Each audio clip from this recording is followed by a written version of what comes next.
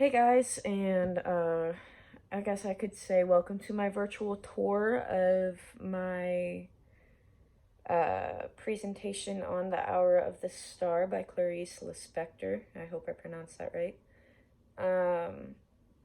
Where I did pages 11 to 30. And basically, with this video, I'm going to be doing my presentation and guiding you guys through my slideshow, which is short, but it gets the job done.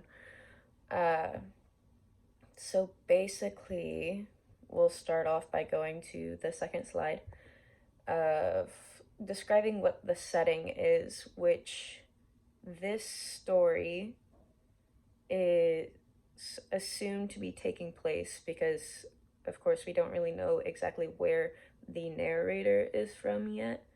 But we learn about the northeastern girl who is from Alagoas. I'm so sorry if I pronounced that wrong as well. Brazil, which I included a map of in the left. And then it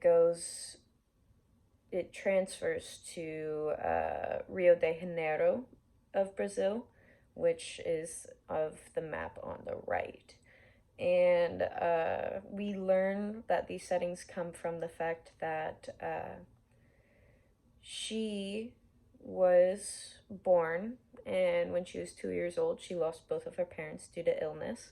So she ends up moving to Alagoas to live with her aunt, who, tortures her and tortures. She could have torched her. Not that. Okay, anyway. She begins to live with her aunt, who tortures her and completely diminishes her level of curiosity, which is basically what this story is completely surrounded, because the narrator is so infatuated with what is going on in this girl's head that she has lost all concept of curiosity and the point to live besides living.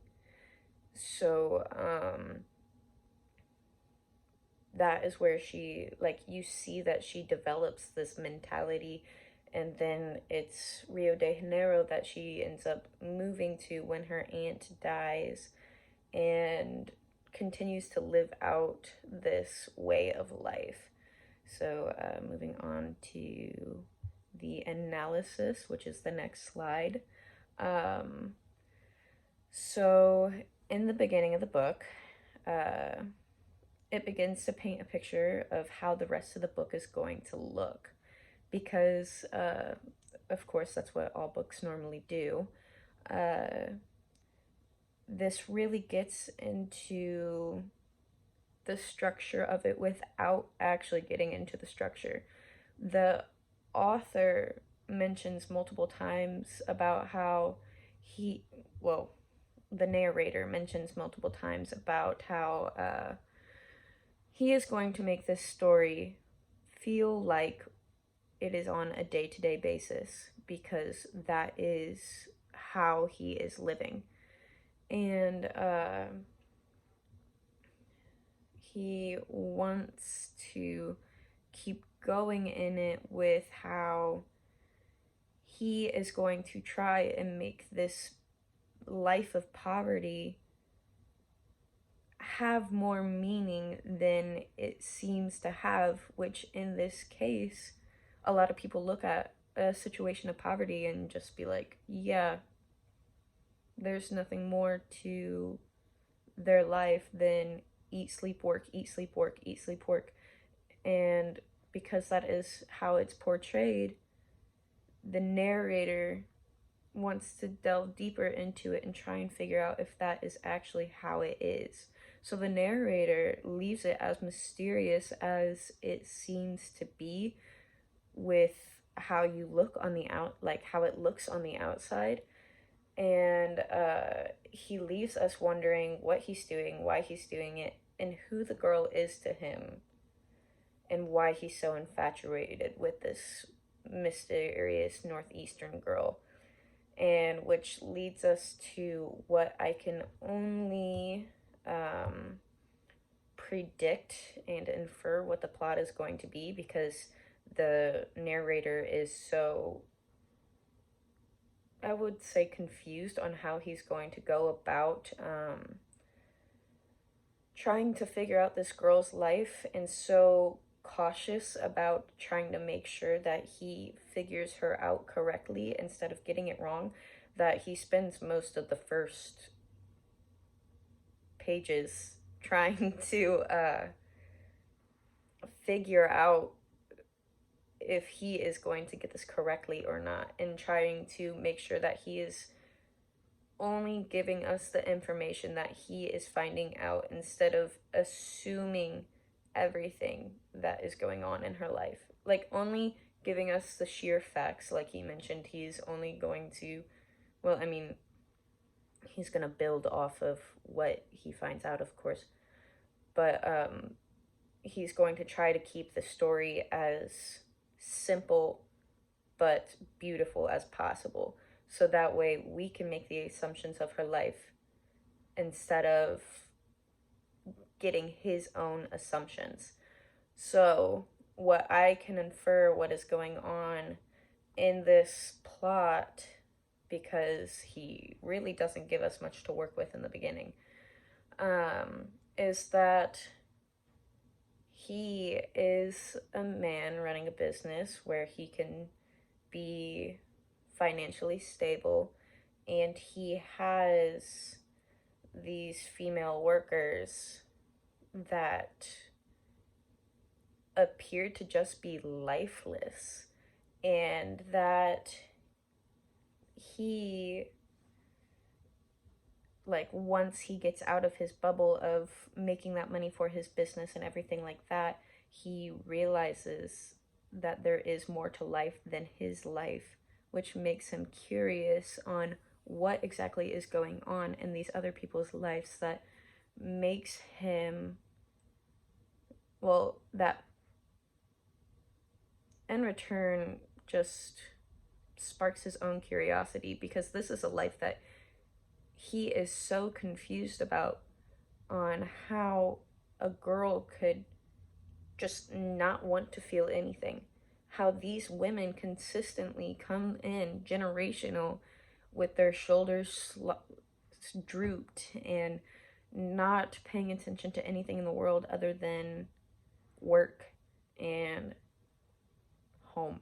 They barely even pay attention to home. Like, they have no self-worth on trying to take care of themselves and their hygiene and anything like that. They're just focused on living, on surviving at that point. So it sparks his curiosity to the point that he is so infatuated that it consumes him. This is what I believe is going to happen in the plot, by the way. By what I mean. That he eventually ends up falling in love with the concept of helping these women find their true worth, and he realizes there is more to the world than his financially stable life he is currently in. This is kind of the plot that I have predicted, because the way that he is writing, he doesn't know this woman. He has no connection to this woman, is what he's making it seem, besides that she is a woman that is kind of there. Like, there is not much else that's going on besides she is purely existing around him. I have a slight prediction that she is either a worker for him, or that she ends up finding her curiosity and her will to want more because of him, and that they somewhere meet in the rest of the story. But I don't want to make any other type of assumption that relates to the rest of the story since we had to read it. But I wanted to get it just focused on these pages 11 to 30. So, from what the narrator has given us already, that is the assumption that I have come up with. And then if you move on to the next slide, it tells you the questions that I have for you guys, my peers, on like what to think about really from what we're getting in these first pages 11 to 30. So my first question was, do you believe there will be a point that she begins to learn to love herself and spark that curiosity? Like, that is what I'm assuming happens in part of the plot, and I don't know. Well, I don't want to infer anything from the different parts that happen in your guys's story. So you guys could, of course, give your insight on where do you think she begins to get her curiosity, or if she even begins to get it at all. My second question would be, do you think the narrator's curious perspective reflects in his writing as he begins to know more and more about the girl? Which, what I mean by that is, like, do you think he starts to act, like the narrator starts to act more and more sure about himself and who the girl is?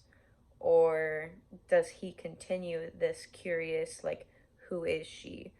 Why is her life like this type of perspective? Which, by the way, he writes in the beginning on how he wants to start this story. He gives the perspective of that's how the book is going to be. So I wanted to get you guys' input on if he still kept that up throughout the book, throughout the parts that you guys have read, or you think that because of this part, like, he will do that. And then my last question is, what are some of the hidden meanings that you have found already within the writing that the author said there was? Because in the book, let me find where my note is about it. It just says plans on having a lot of hidden meanings, and which the narrator brings this up a lot on how, because there is so much unknown about what is going on, a lot of the different things that can come up have double meanings on what they mean. And so I like one of the things that I wrote is empty could equal abundance, which is equivalent to not knowing the answer leads to curiosity and possibilities.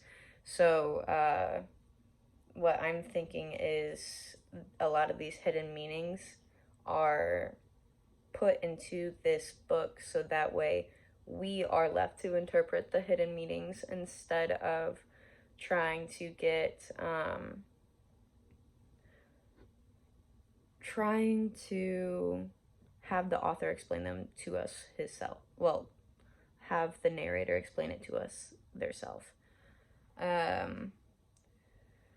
So I was just wondering, like, what are different things that you have already interpreted from the hidden meanings, like the double meaning sentences or phrases that you have already found in the different chapters, especially pages 11 through 30. But yeah, that's my presentation. And I hope to see you guys someday soon.